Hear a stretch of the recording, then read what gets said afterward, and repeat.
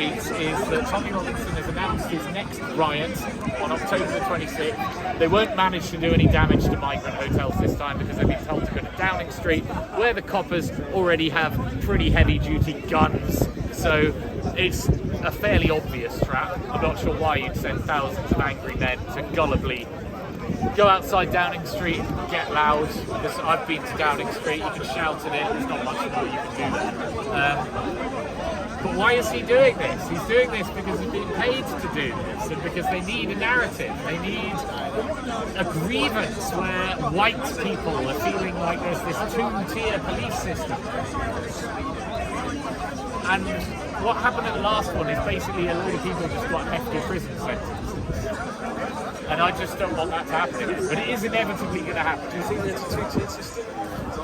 I think that there's a grievance narrative being hooked upon every race, basically. So I think that if you're a black guy, you can find articles about stop and search and how unfair it is in police brutality. If you're a Muslim, you can look at the footage of those Jesus having their heads stomped on a few weeks ago, and you can see Reform UK saying, yes, that was great, I want to see the police do more of that, give them medals.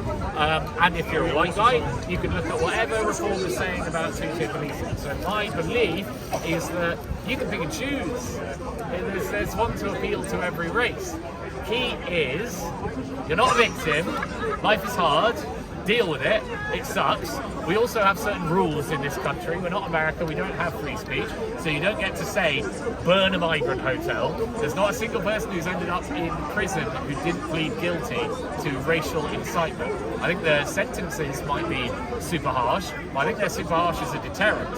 My personal perspective... Are you worried that they might come after you? No, I'm absolutely not worried. But I'm worried that the campaign against anti-Semitism, a very specific group run by Gideon Fonser, are watching every single word that I say to try and build up a court case against me and get me done for hate speech. And I think they're struggling. And that's why it hasn't happened yet. Because I am here on the box talking about all this stuff to prove that you can do it without saying arrestable stuff, basically.